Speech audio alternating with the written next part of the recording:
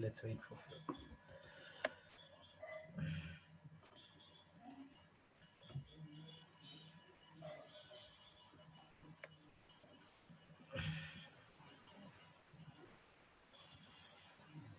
Yes, you can start. It's live now on YouTube.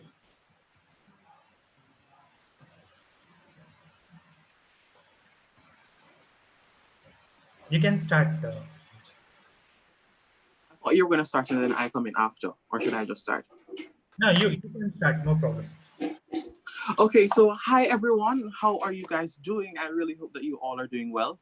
Welcome to this a forum to discuss International Youth Day. I am Najin Yunus. I'm a youth advocate and UN Youth Ambassador for SDGs and the 2030 Agenda in Jamaica.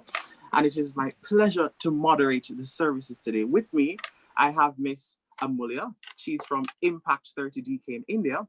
Miss Thanima. She's also from India and Impact 30. Miss Shreya. She is the co-founder of Bridge in the UK. And Bhargav. He's also a part of Impact 30. Today, it is International Youth Day, and the theme for International Youth Day is youth engagement for global action.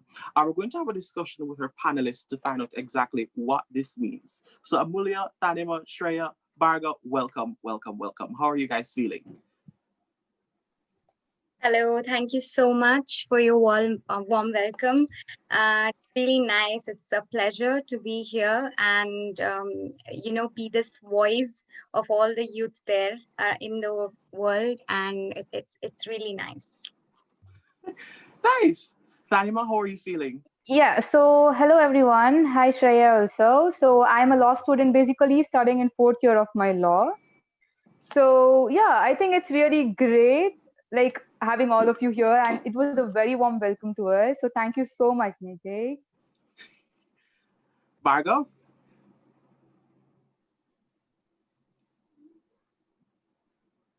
Margaret, you're muted. We can't hear you. Hello, sir. Hello, guys. And it's been an immense pleasure to be a part of Just such a minute, wonderful. I will come. Am I audible? Yeah, we're hearing you now. Hello, guys. Hello, sir. It's been an immense pleasure to be a part of such a wonderful panel discussion. And first of all, I would like to wish you all a happy International Youth Day. And I have no words to say at the beginning. So let's get into the topic so that we can have a very good discussions regarding the topic. Absolutely. And finally, Amulya. Yeah. Hi, I'm Amulya from Vivekananda College, Puttur. I'm glad that I'm here. And yeah, let's hoping for the best. And yeah, thank you. Thank you. All right, so guys, today is International Youth Day. This is the day that the United Nations has designated to celebrate and revere youth and all the actions that we have been doing. So my first question to each of you is, why is youth action and youth empowerment so important, especially in a COVID-19 world? As we're living in a time now where COVID-19 and the pandemic is around and youth are displaying resilience. But why are youth speaking up so important in a time like this? Shreya, I think I'm going to start with you. Oh yeah, that's wonderful. Thank you. So, I would like, before we get into the COVID, because get into deep into like what COVID has been and how the youth can actually be playing a role in the COVID, I think I would like to talk about like things that are not addressed, and maybe bring in my own personal experience a little bit here on this platform and talk about how, as a youth, as me, in my own voice and my own personal experience has been. So I want to like give you my own perspective and tell you about like what youth empowerment is and how youth engagement will play a role in, not just local, national, but in how in taking and global action. Now, like everyone, I think after like my undergraduation, so I undergraduated as an electrical engineer. I was offered a job at PwC, consultancy firm, and but because of some incidences and my past experience, I realized that that was not my calling. And I'm not like a movie buff, but I do watch a lot of documentaries. And there was this documentary called A Plastic Ocean. And if you've never watched it, I would highly recommend that you do so. And, it talks about how plastic has polluted the oceans and the water bodies, and how the aquatic animals have been affected by this constantly. And after then I went and watched another documentary called Before the Flood, where Leonardo DiCaprio, the actor from the Titanic movie, he travels the world to meet scientists and activists, and to discuss the dangers of what climate change has been. So a little bit about me here, as I'm doing masters in renewable energy, and that's why I'm telling you about all this. And then for me as a person, if I've hooked onto something, then I want to dig deeper, And then at this point of time where I discovered about climate change and I got to know that this is so deep, and I discovered the problem and still had a pathway, I was like literally standing on these crossroads of my life where I had to take the decision that would probably change the future course of action for me.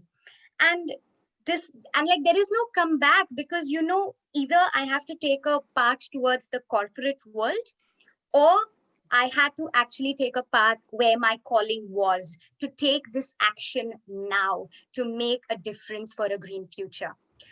And this is why I undertook my masters and I'm here today.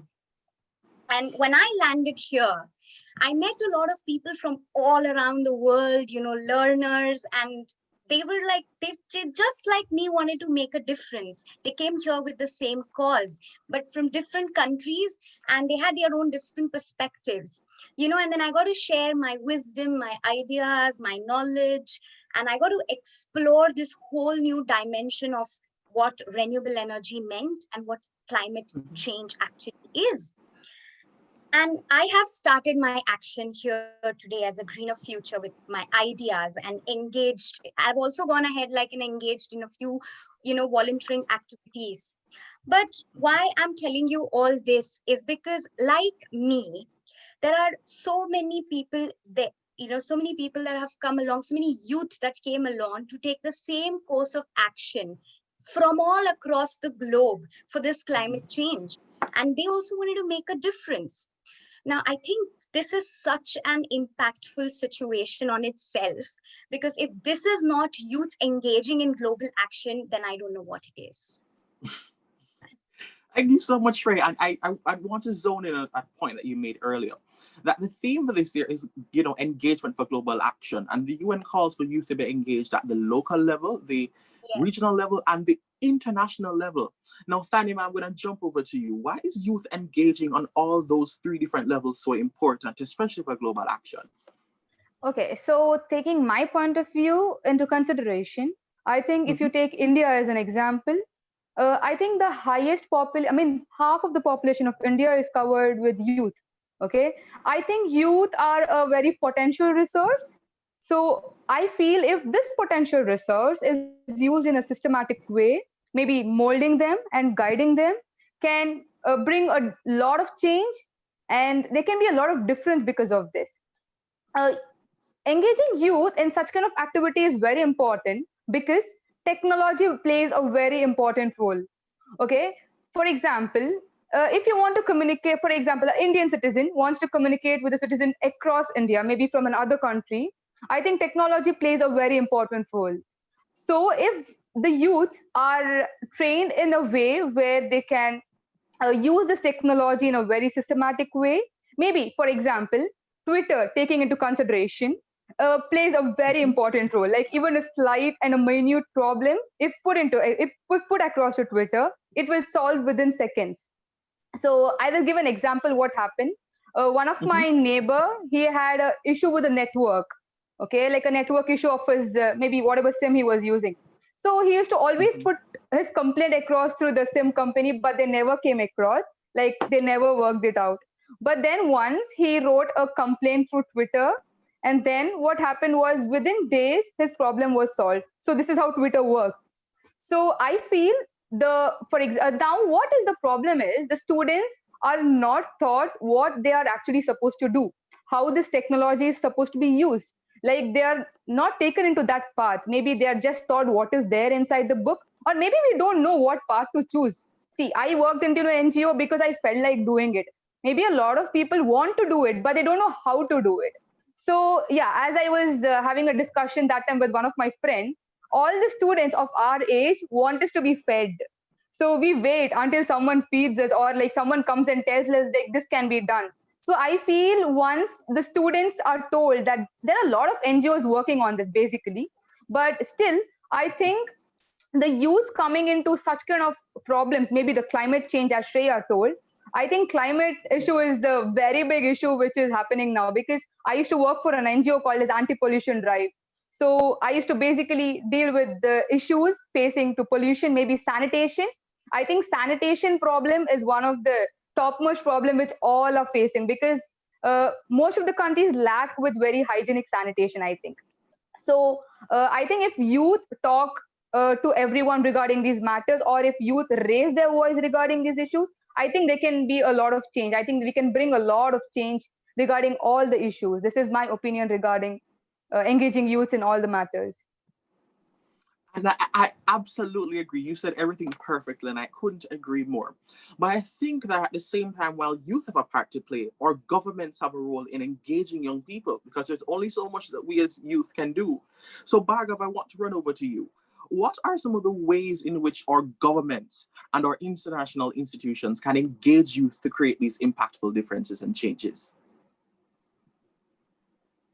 You're muted again. You're still muted. Bhargav, you're muted. Am I audible, sir? Yes, no Am I wonder. audible? You're wonderful. Yes. Sorry, Yes. sorry for the inconvenience. And thank you for asking me that question, sir. And I was expecting that question, and I was wanted that question to be asked. Thanks. Actually, the government in India has introduced new education policy a week ago, and the new education policy mainly stresses upon the Agenda 2030's goal 4 related to education, mainly upon the point 4.4 and the 4.7, like acquiring skills and technical developments among the youth, and such other kinds of things.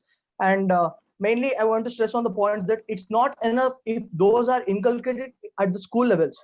Rather than, we need to inculcate those activities or technical or those programs through which an individual is exposed to social activities. When you take the example of India, there are mainly three sectors: sir. Agricultural sector, business sector, as well as agricultural sector, manufacturing sector, as well as service sector. So each and every individual born in this country has to be exposed to all the three sectors, where he need to be made to be worked in all the working conditions.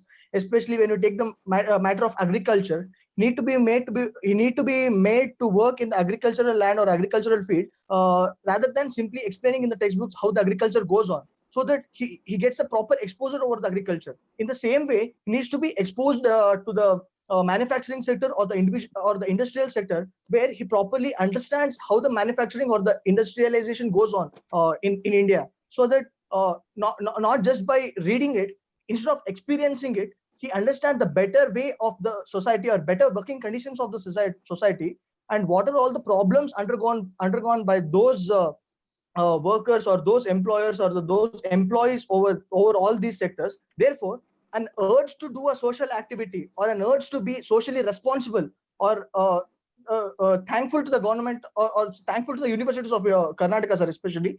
They have NSS programs, or the Red Cross wings, or such other awareness programs created.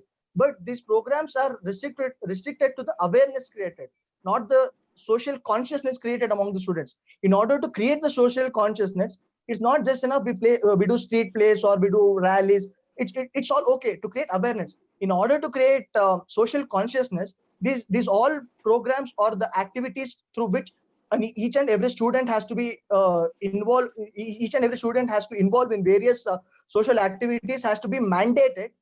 I'm stressing it again. It has to be mandated through co-curricular programs in the universities, along with the graduation. it has to be given equal importance or equal sharing space as what we give in the academics or the subject what he studies, like science, humanities, commerce, finance, etc. So through proper integration of all this societal studies and as well as is academical studies, we can create an urge in urge or a sense of consciousness in a particular individual, so that he has some sense of the society, and he's always he has some better inspiration to work for the society. So the main thing is that we need to create such kinds of we need to bring out from him what he needs to do to the society. Apart from that, national consciousness also stays a main role, sir. In order to work for this country, we need to know how a country functions, or what is the basic constitution of this country. For example, sir, in my country's constitution, the Mahatma Gandhi itself has said that there is sufficient for everyone's need, but not for anyone's greed. Therefore, but no one has studied over this. If at all he studies it, he gets to know what is the sustainable development and upon what he has to work or what he has to do for his future generations. But no one knows the constitution. Though constitution forms the one of the subject of our universities, we only know what is 25, what is Article 25, what is Article 27, what is Article 28.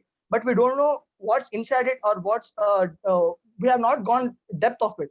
So therefore, rather than teaching entire constitution to all the individuals, we need to focus on those particular areas or those fundamental areas through which have a disturbance through which a person can have that sense of nationality or this national consciousness, upon which he feels proud about his country, and he has to take self initiative to work for his country. It's not that the external pressure has to come, external pressures can be put on him so that he needs to work for his country. So in order to achieve global engagement, first we need to make the local engagement as well as the national engagement of the youth strong. So these are all takes place, these are all takes a major part of it. And apart from all these things, I would like to also stress that if any national decision or a national policy is taken in a country or in a locality, it's just put in the newspapers or debated in the televisions, but no youth is made aware of it. Though some people with their own interest read newspapers and get to know,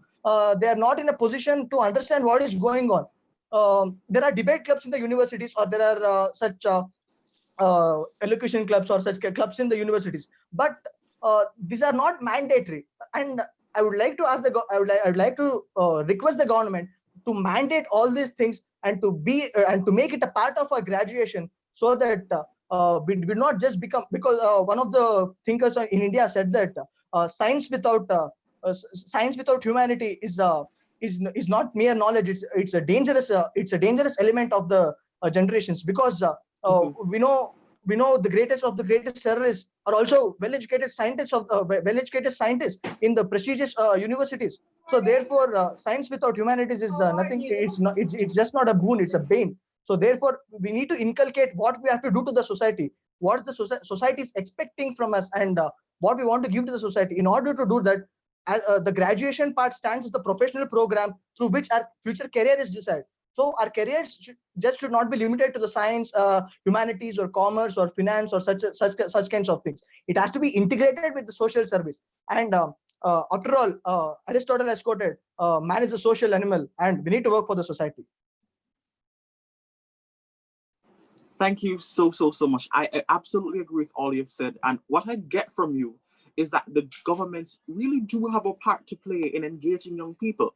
And I'm going to connect that and segue to Amulia with another question that I have.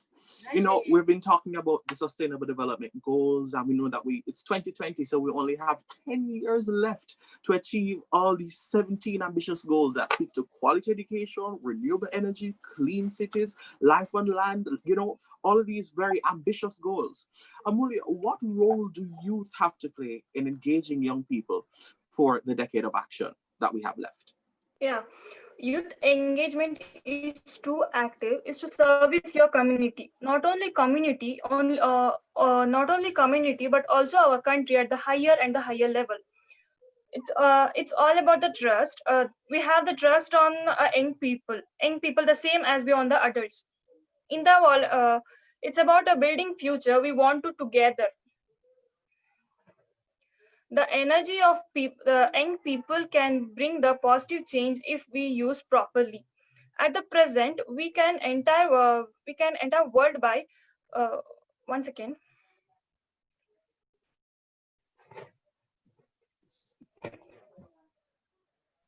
It is said that young people are powerhouse for any society or nation. The energy of the young people uh, can be bring, and the energy of the young people can bring the positive change if we use it properly.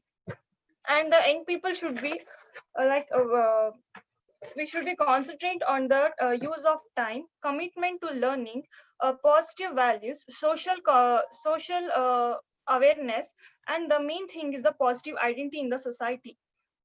Like if we focus on the development public policies and the social change movements, it has been involving young people in the creating their own destinies, generally in involving them in the society and suggesting it is a good cause, like a encouraging a participate youth in all social causes and develop society.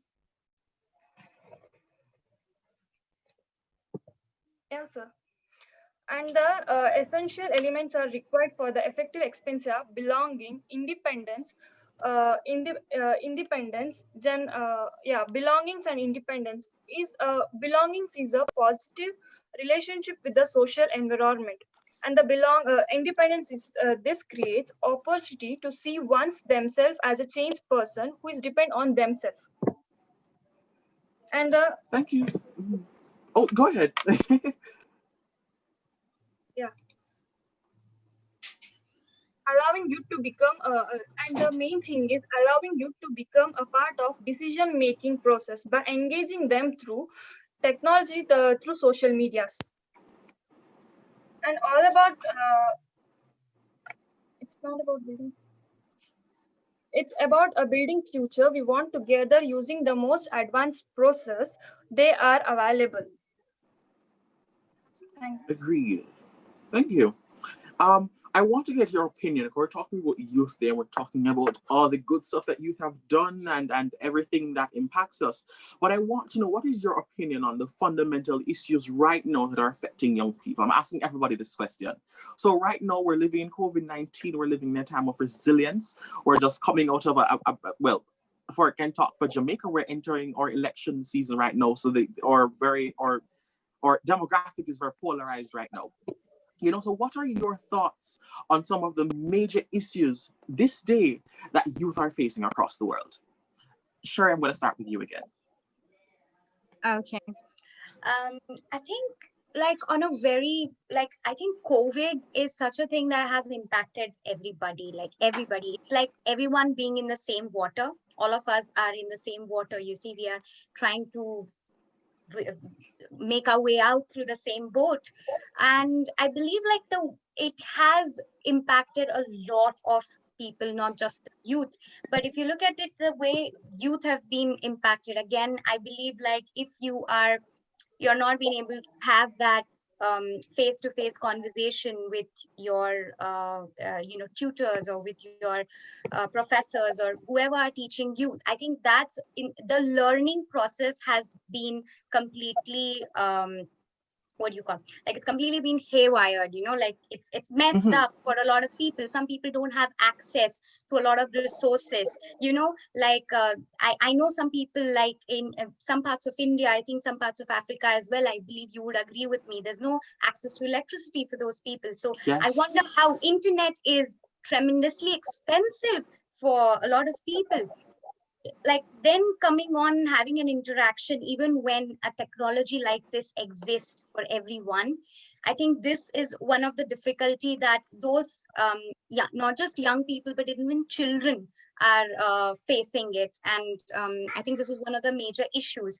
But I believe every darkness has one spark of light somewhere.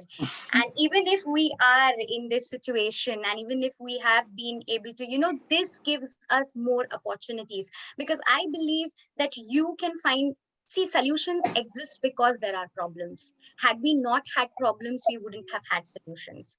So this, I believe, on another hand, is also an opportunity for a lot of other youths out there to grab this opportunity and to use their ideas and to use their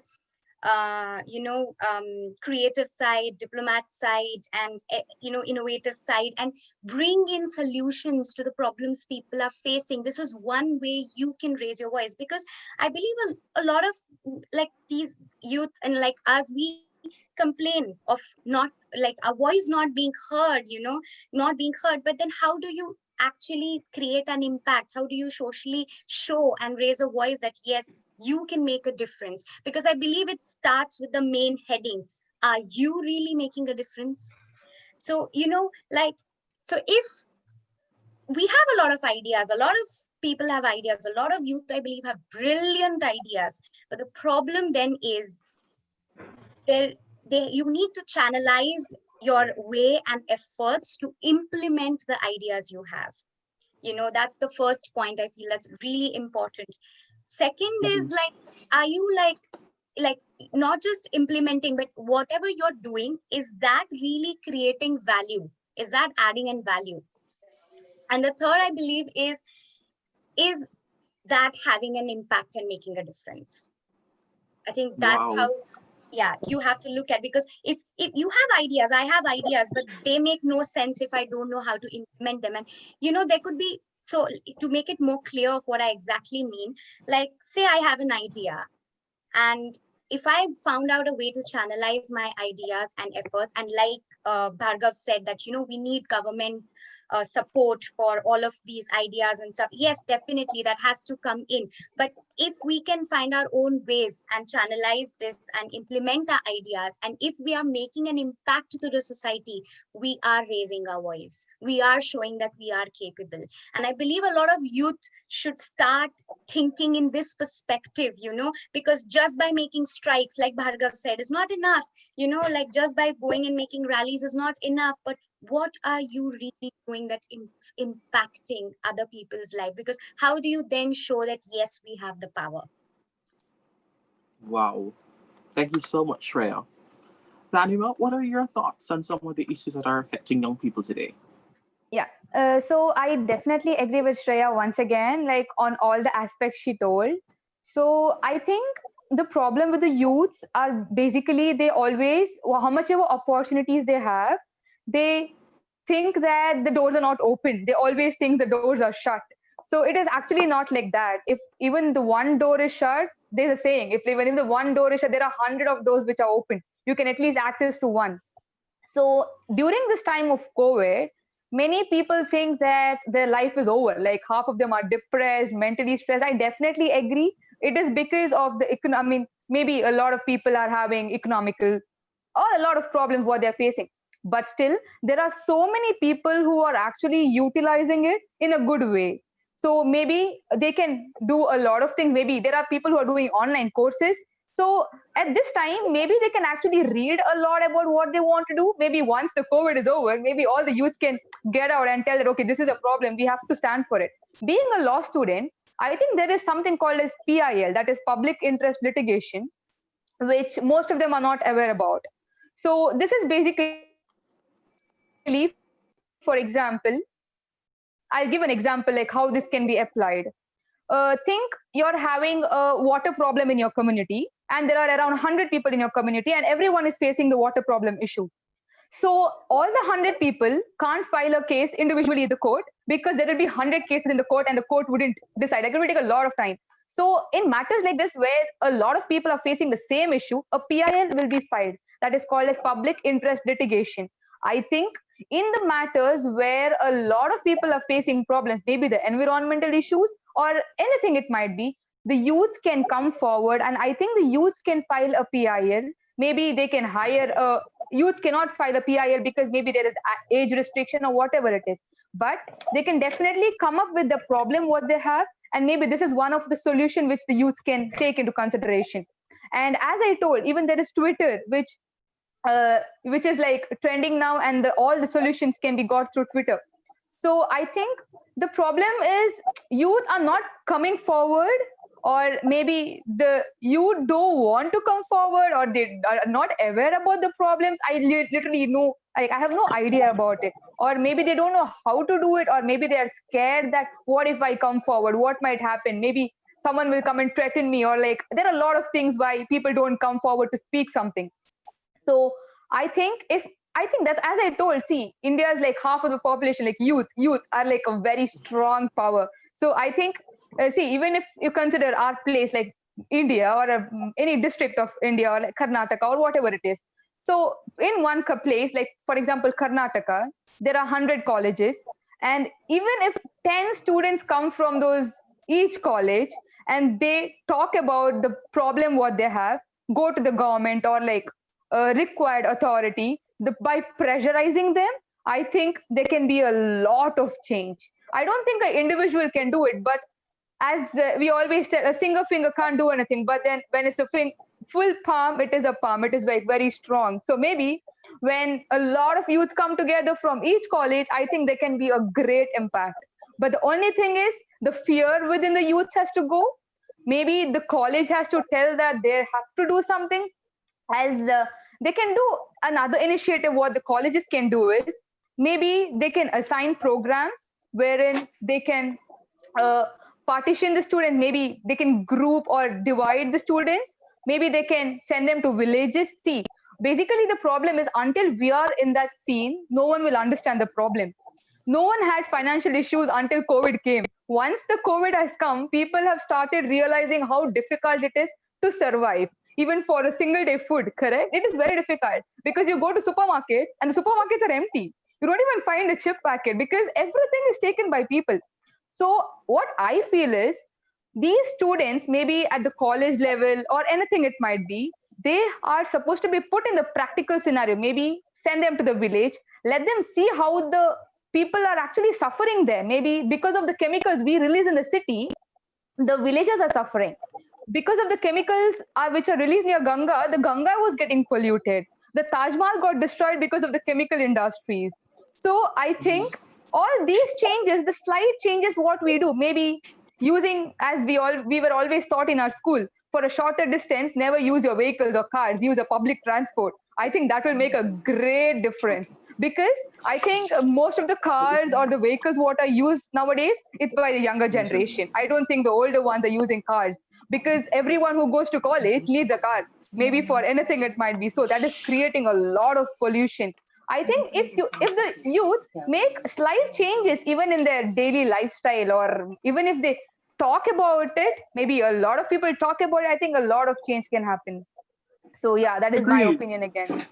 Yeah, indubitably. We have the expression here in Jamaica that says one hand can't clap the other, which in English means one hand can't clap alone. You have to have two hands that come together to form a clap. Definitely. And I believe that's absolutely true. It can't be young people alone. There has to be a role that other civil service and the civil society and public institutions and private institutions have to play in engaging youth. Thank you so much, Tanima. That was truly impactful.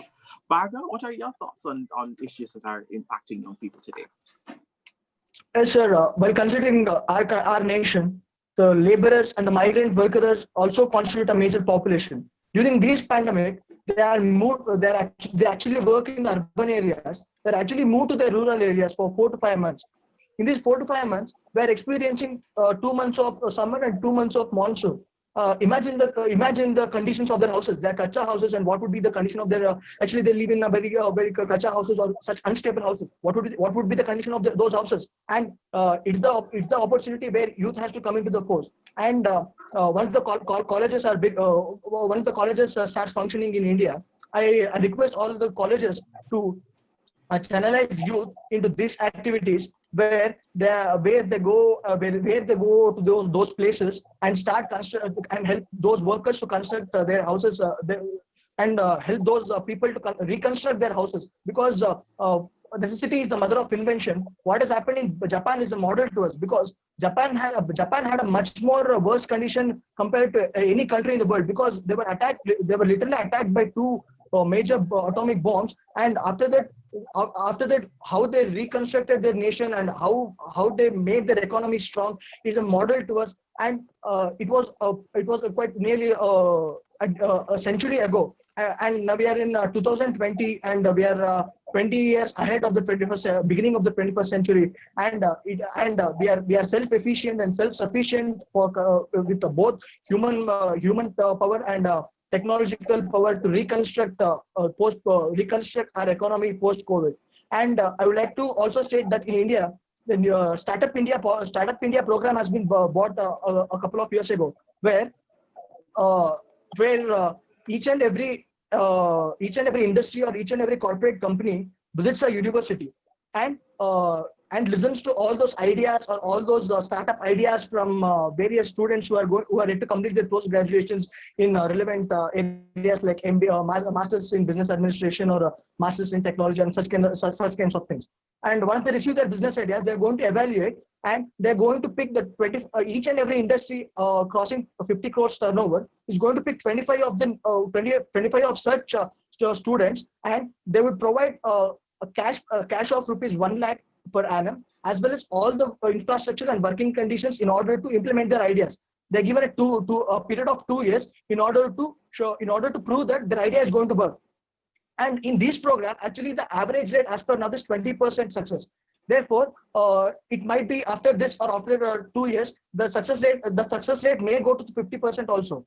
So once the successful people are recognized as entrepreneurs, and they are given all the privileges to start the startups, even by the government and as well as by the industries whose turnover is crossing 50 crores. And after that, if at all those 20, if at all, let's say there are 10,000 industries crossing 50 crores rupees turnover. If each and every industries accommodate or incubate 25 such entrepreneurs, let's say it would be at nearly 250,000 or somewhat more than that. So if at all it happens so, the success rate is 20%. So let's assume that 50,000 new entrepreneurs would be recognized every year. So these 50,000 entrepreneurs will provide at a minimum of 12 to 13 employees in their in their startup companies. So that 6 lakh people are provided with 6 lakh young people are provided with the employment, and these projected rate of this employment is going to cross 9 lakhs in just 2 years. So it is the best time to, and our youth has got a very good time of 6 to 7 months, where they could think of new ideas, where they could research on that, where they could work on that, so that it's the time to implement all those ideas, and it's the time for the industries also to welcome those ideas, to incubate them, and special tax incentives are given to those industries as well as the startup, so that the industries so that the startups in turn to the incubation of those industries can provide shares in the new firms, and a special concession is also given both by the government and industries to the upcoming startups, so that it's a best moment to financially grow more strong. Yes. And also to reconstruct the society. It's the best time, and we have a Japan is an example, which reconstructed its entire nation and making it economically strong a century ago. Yes. You see, based on the 2008-2009 global financial crisis, without targeted policy intervention, it is likely that youth again will be disproportionately affected by COVID-19. We have less skills, we have less education, we have less experience. And because of that, we do essentially need more support than other teens and other segments in society would need. I absolutely agree with you, Pagarth. And there is a role on our governments to ensure, and our institutions to ensure, that they kind of help to cushion the effect that COVID, because we're all going to be affected, but youth are going to be affected more than other segments in society. Thank you so much. And Amulya, finally, what are your thoughts on issues today that are affecting young people? Like Tamina, right? Tamina said that students, youth like us, sent to the village and see ourselves that how people are suffering to eat even a single time of food, and we can even to eat a single time of food. And here, in this lockdown of 6 to 7 months, so many of laborers who came to cities to work and uh, were went back to their places by walking for 1 to 2 months. Like they were suffering so much of food. They were not getting even a food to eat.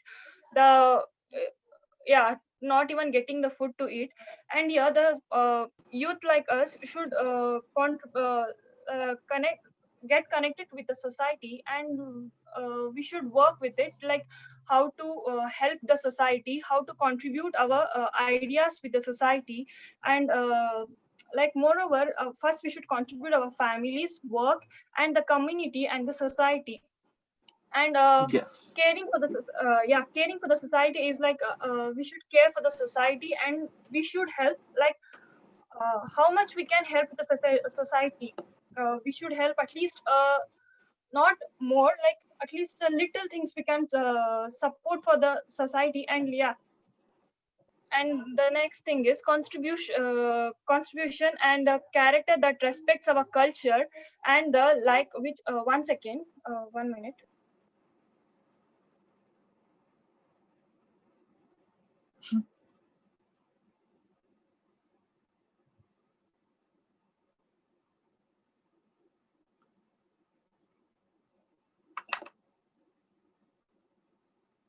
Amelia? Yeah, sorry, sir. Emergency. Yeah, Okay. like I was saying that the youth development in the environment, which is directly connected to the youth qualities and the positive identity in the society.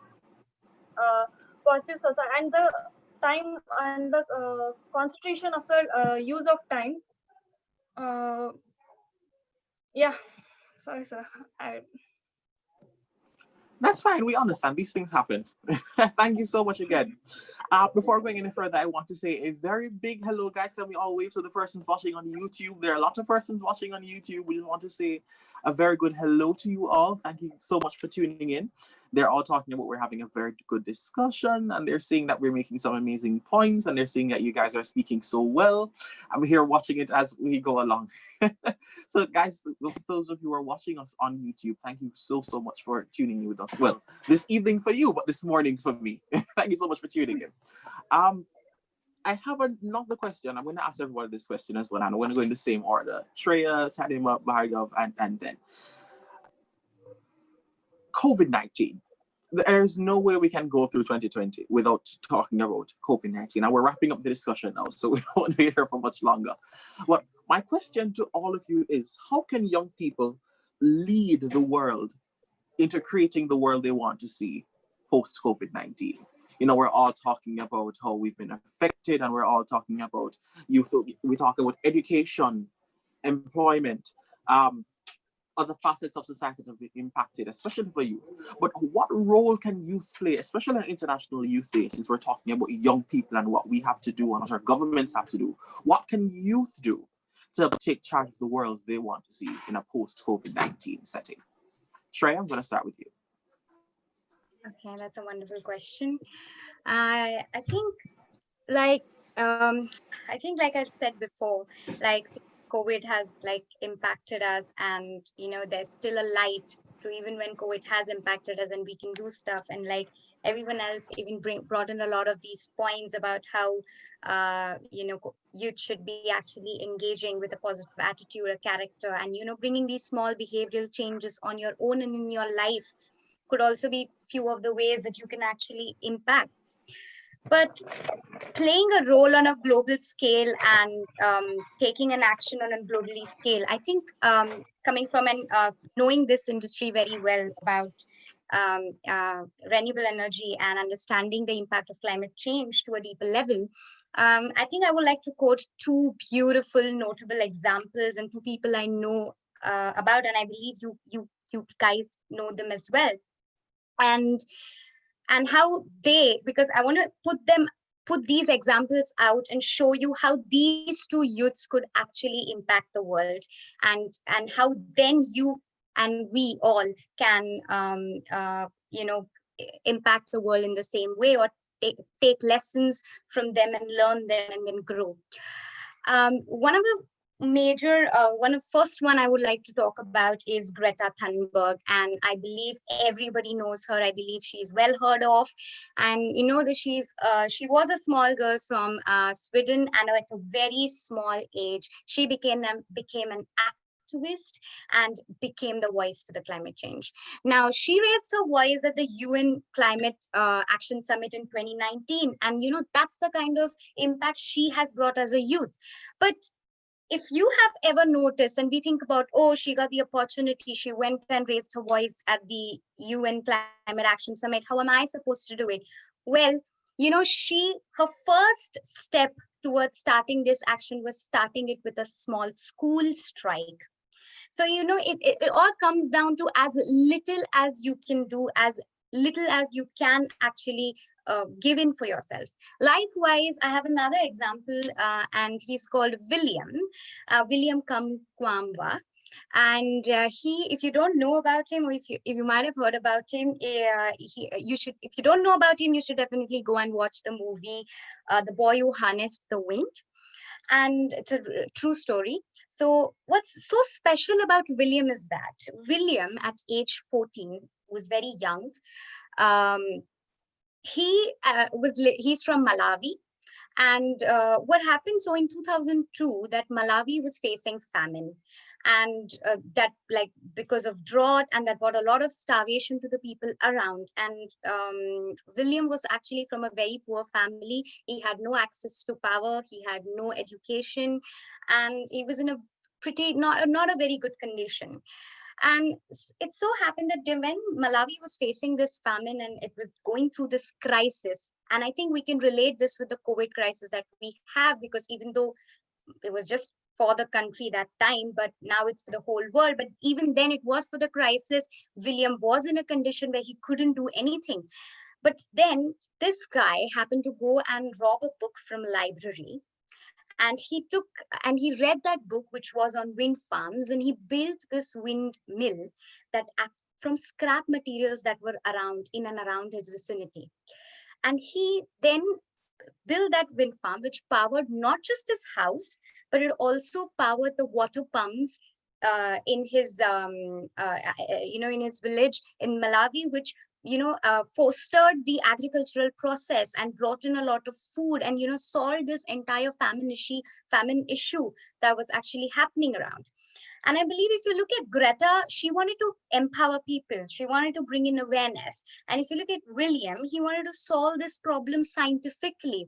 So you see that we can actually, like, what we can understand is we can do whatever best we can and put our best efforts to make this positive impact. Now, trust me, it could be literally anything. It could be your creative side. It could be your diplomat side. Like, you could go and change policies or laws if you have the power. If not, it could even be as a contribution of being a part of a group who already know what they're doing. If you don't know what to do, find a group that knows what they're doing and join them. You can make this contribution. And at the least, like, you can even forget whatever I said right now. But even then, just forget, like,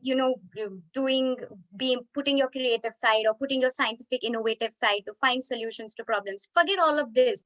As little youth, I believe, can do is you can just make a difference in your own life with minute deeds and behavioral changes by maybe just leading a zero waste life. And that's going to be a huge impact on the climate change, huge impact on a global scale as well, as little as possible as you can. It doesn't have to be as big. But I believe it's important that every youth understands what impact their actions will lead to. I come back to the same point again, because it's very crucial for every youth to understand what is the impact you're going to put into, because that's the only way your voice is going to be heard. That's the only way people are going to bring in opportunities for you. That's the only way people are going to listen to you at the end of the day. Wow, I know that I feel inspired by the examples that you just made. I personally, I know Greta, of course, and all of us should know of the movie about being harnessed by wind, and I think it was even a TED Talk that I watched Yes. one time, and it was absolutely inspiring. And I hope that all of you guys who are watching here on YouTube get that same level of inspiration, or whatever you can do to create those impactful differences. Thank you so much, Shreya. Tanima, are you still with us? Yes. I'm not Uh, seeing you. Okay, yes, go ahead. yes. Yeah. So, as she told, I think there are many live examples of young generation students who are actually coming forward to do something or even a minor part for the society. I think Peter in Zambia is one among those who I know. Actually, they are working for their community to consume the natural resource as a source of electricity. So that this is one live example which I know, and there is one more, Mercy and Chetuka. Those are siblings who are trying to provide employment in Nambia to all the unemployed people through agriculture, that is economical agriculture. So I think youths have started a lot of NGOs, foundations, wherein they're actually trying to do something for the society or to their people. I think even if we as an individual can't start up our own NGOs, or we don't get ideas like what to do, maybe we can join in hands with these NGOs or these organizations, and we can do a bit of our part to the society. Uh, as we have seen a lot of examples of actually what people are doing, I think we should consider this as an inspiration. And I feel like we must start doing a bit of our part as well. May not be something very huge. I think even a slight step will actually make a difference in this. So, as the examples I have told, they have actually brought a lot of change in their community as well as in their society. I think poverty and education is one among the most common problem which most of the countries face. Like a lot of them do not have proper access to education or anything it might be. I think maybe women empowerment also. So I think there are a lot of people standing in favor of these things, and I think a lot of youths are also in support of this. I don't completely deny the fact that youths are not standing for this. For example, if you take into consideration of India, I think a lot of women are standing for themselves. They are trying to develop them in all the sectors possible, because women, as from the olden era, they are always behind. Like always, the men are the dominating ones. So a lot of people in India, I think they are trying to prove that women also can do what men does. So maybe they are working in the sectors which men work. Maybe they are trying to work in the engineering sectors or whatever it might be.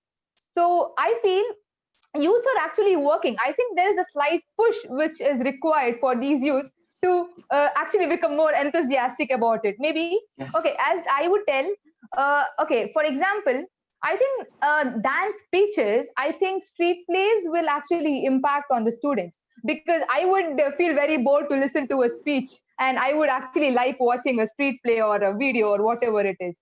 So I think if anyone wants to put forward what they actually want to tell, maybe an environmental issue, I think street play or a documentary will actually impact on the people more than a speech or an article or a research what you give.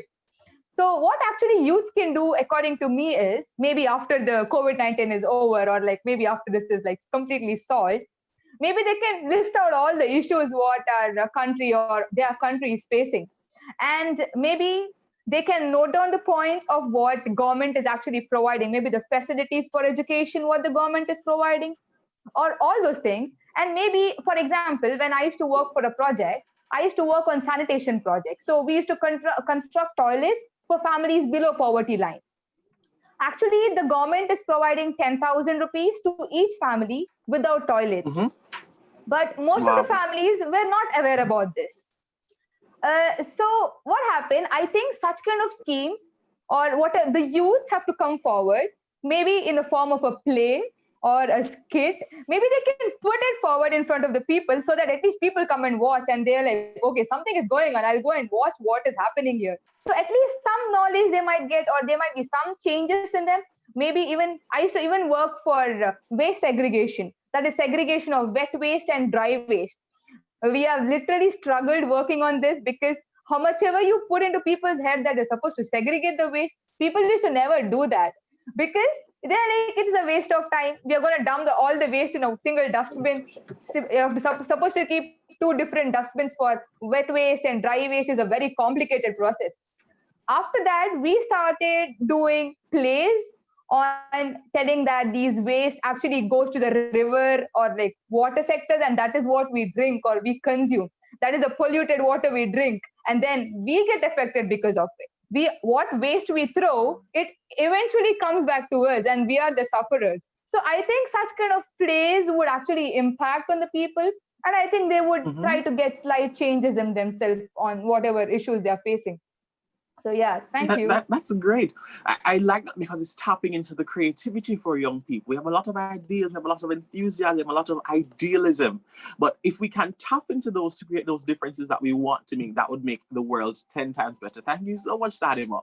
Marga, what are your thoughts on how young people can take lead to create the world they want to see after COVID-19? You're muted again.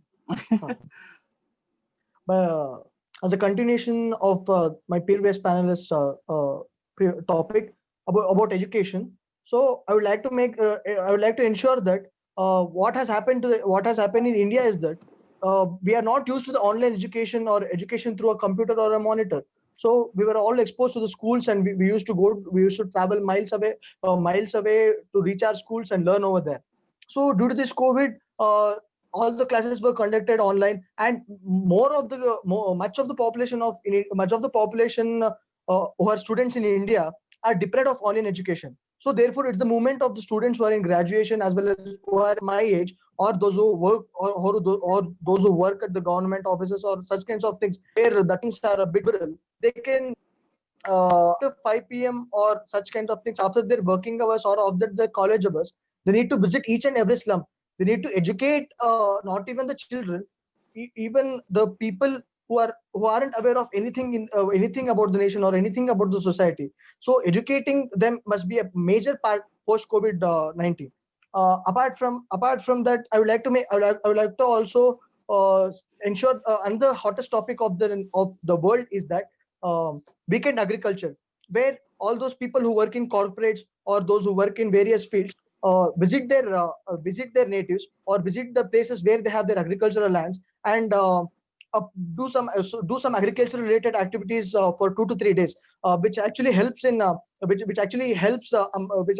farmers by providing them free labors for 2 to 3 days. Actually, it has to be practiced in a broad manner, where the corporates itself initiate those people. Actually, in the corporates which are there in India, uh, people of age group between 25 to 35 should the 60% or the 70% of the population of the employees, so that these people are channelized directly towards agriculture or such other activities related to the rural development, and so that the corporate social responsibility funds are not wasted by keeping them in the hands of middlemen whom we can't assure that they would actually make them available to the society. So that I would like to stress that the companies or the corporates in India should take an initiative where their own employees are introduced to the agriculture or this weekend agricultural practice, because agricultural is not just it's not just a occupation, or it's a money earning process. It's a way of life, or it gives a much of mental relief, and it gives us a certain kinds of enthusiasm to work for the rest of the week. Therefore, I would like to mainly concentrate upon these two things. One is educating the slums, and it's responsibility of each and every student, because we are also those people who believe in one sentence, that is, each one teach one. It's each and everyone's responsibility to teach other, so that the knowledge is not wasted, instead it's increased. So it's our responsibility to visit the slums, to teach each and everyone who are deprived of the education for past 6 to 8 months. So apart from that, weekend agriculture by those people who are at the corporates. So actually in India, it's concluded that agriculture and corporates are the two contradictories. By doing such Mhm. kinds of things, we can actually integrate agriculture and corporates, so that as one of the agenda in agenda 2030, one of the sentence also says that win-win situation. Therefore, the win-win situation is created between agriculture as well as the corporates in Indian economy. Thank you Thank you. so much, Margav. I agree. And lastly, Amulia, what are your thoughts on how young people can take charge after COVID-19 to create the world they want to see? Around 2 people million tested to COVID-19. And even though side by side recovery are increasing through the COVID-19, and this is resulting in the lots of sufferance to the aggravation of hunger, uh, poverty, suicide, and violence. On this International Youth Day of 2020, we should try to know that about how youth are responding to this. And it is said that young people are powerhouse of any society or nation. The energy of young people can bring. Likewise, here, after this lockdown, there will be it is not same as the before. It will be not same as the before. But yeah, we can at least try to be before. Here the like so many peoples are suffering from the hunger, and so in the villages, in this lockdown, in this village, so many people sell their properties to just to fulfill their stomachs. And here the on in the cities, they don't even know the problems surrounded in the villages. All this all they are suffering from the like they're selling their properties for their survivance Mhm. in this lockdown. And yeah, government is helping, but it's not reachable to all the peoples over in the villages and the people who are suffering in this COVID-19. Yeah. All right, thank you so much. And guys, I think this is the end of our discussion. We've been on for officially 1 hour now. So, in just wrapping up, can you give everyone who is watching this live here on YouTube? We have many viewers here on YouTube, but just asking you just to offer some last advice to them. Just give them one piece of advice and let them know if they want to connect with you, how they can do. So, I'm not sure if you want to leave them an email or your social media handles or whatever, but just leave them with some last minute inspiration and let them know how they can connect with you. Keep it very brief, please. So, Shreya, we'll start with you again. Okay, so I'm gonna be so I you might have heard about this rapper, Tupac Shakur. I'm not his big fan, but there's a quote that goes from him like this. He says, "I'm not saying that I'm going to change the world, but I guarantee that I will spark the brain that will change the world eventually." And I think the reason why I thought this is a conclusion, I think that's why so relevant, because I believe that all the efforts that we are all taking here and we're talking and like everyone out there, I think is surely going to spark so many brains and make a difference in the world. Agreed. And how can people connect with you, Shreya, if they want to hear more Oh, from you? okay. Am I supposed to leave my handle here on the chat No, you can just say it or now on because the persons email? are watching. If they can connect with you, Okay. Instagram, Facebook, Twitter. Okay, my Instagram handle is Shreya underscore Kulkarni. And you can also contact me via email. It's shreyak0903@gmail.com. Thank you, Shreya. Signing off. Yeah. So to conclude, I would not tell, I hope this live of ours has at least enlightened few of the minds. Maybe at least few number, if they bring a change, at least they take us as a motivation. Maybe what we have spoken maybe enlightens them and they think of doing something. I think it would be really great. So, yeah, to conclude again, uh, yeah, so I think India or the youth have to take a small initiative to do something. I think instead of being a quantity of youth, I think they have to be a good quality. So I think they can develop themselves. Maybe this lockdown, as they're telling, it's a stressful one. I think they can try to build themselves, maybe in all the way possible. So maybe they can try to gain knowledge about the aspects what is actually happening around the world, or maybe they can try to do a lot of courses or researches about what the issues they are facing. And I think there are a lot of laws which actually people do not know what they can actually use. I think legally anything can be done. So being a lawyer, yeah, being a law student, I think legally it would be very easier. So I think there are a lot of laws which people can study, and I think than speaking, I think going through a law or a legal way, I think it would be very, very simpler. So yeah, thank you. It was really a great session for me. So yeah. Thank you, Thanima. And if persons want to connect with you, how can they Yeah, do you so? can contact me to my mail. Like you can give a mail. My mail is Thanima, Hanima, Bekal, Bekal 29 at gmail.com. Okay, thank you. All right, we know the order, so Bagav, Uh, Sir, one thing final I want to say remarks. at this moment is that uh, our youth is as a group or as a gang, it's strong, but as an organization, it's weak. I think you got the difference. As a group or a gang, our youth is strong, but as an organization, somewhere our youth is lacking those organizational etiquettes or such kinds of things. So first of all, we need to we need to get together as an organization, and work for a particular cause to solve various problems in the society. And I would like to apart from that, I would also stress that it's been a very we are the major part of our population, and it's our responsibility to leave a proper quantitable and qualitable resources to our future generations, so that we need to work for the betterment of the society, and we need to ensure that it's not that we wait for the government. So suppose if any branch of a tree is fall due to rain, or any plastic is found on the roads, it's not that we take that photo and upload in Twitter and blame the government. Instead, we need to pick and we need to put it in the proper disposal boxes or such kinds of things. So that it's each and every people's a person's responsibility, or each and every youth's responsibility uh, to maintain this environment. It's because participating in politics means all cannot become MPs, or all not become prime minister, because there is only one prime minister, and especially in India there is only 570 plus MPs. So therefore, we need to sorry, 540 plus MPs.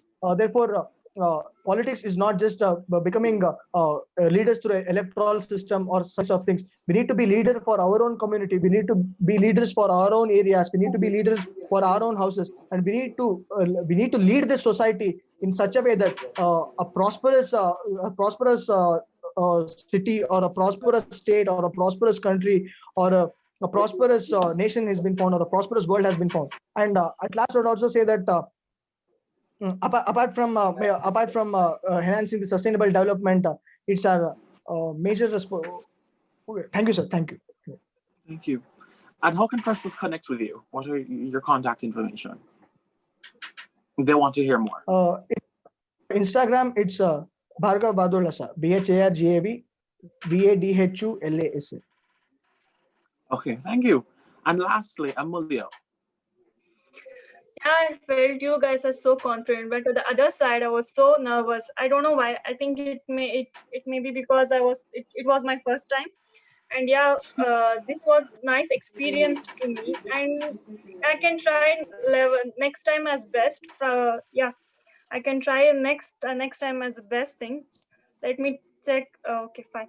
Let me try for the next time. See, even now I'm nervous. I don't know why. Thank you for your thoughts and ideas to society.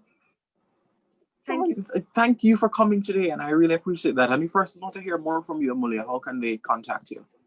Yeah, I have an Instagram ID, Amulya Bedra Slaying Devil, where I write some relatable quotes by my own. Okay, thank you. We look forward to seeing those. I'm sure Yeah, you before can check I out it's on conclude. public account. Yeah, you can check out it's on public account. Okay. And email ID is amulyabedre20@gmail.com. Okay, thank you. I'm sure they took note of that. Shreya, before I wrap up, you have something to say? Yes, I have one small thing. I actually have a poem, I think, which is going to inspire a lot of youth. And this poem is written by one of my friend, Manjunath.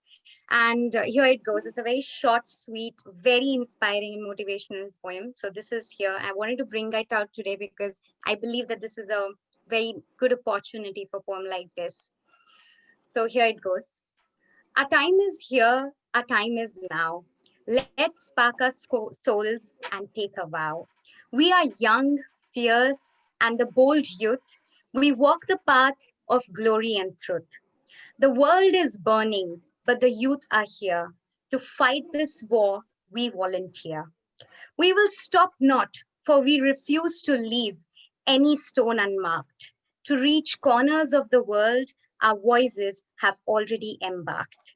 You couldn't be more wrong to say the youth are weak. The show of our strength will no more be oblique. Legends will be sung of the youth of today. We, the youth, will create our own doomsday. So let's enlist in the war to fight for a better world for us all. For we, the youth, will be forever strong and forever stand tall. We are the future and we will lead the way. You may try and dismay us, for we shall make history today. That is such Thank an you. awesome poem. I'm happy that you read that. And I think it's a Yeah. beautiful way to end our panel discussion. So, guys, thank you so much, Shreya, Bagav, Amulya, Tanima. You guys didn't have to do this, and you guys took out the time, 1 whole hour to do this today, and we really appreciate it. To you, our viewers on YouTube, thank you so much for joining us today. I will look Thank you. forward to having you guys at our next panel discussion, whenever it is. Have a happy International Youth Day as we celebrate the work that youth have been doing all this time.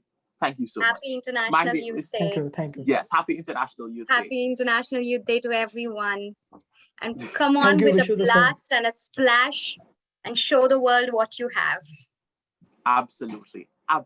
Guys, go there and make the differences. I'm Najee Nunes. I was the moderator for this session. If you want to connect with me, my name on Instagram is Nunes, NEWNESS_JA, or you can email me at najenunes117@gmail.com. Thank you guys so much, and it was my pleasure to moderate today's service.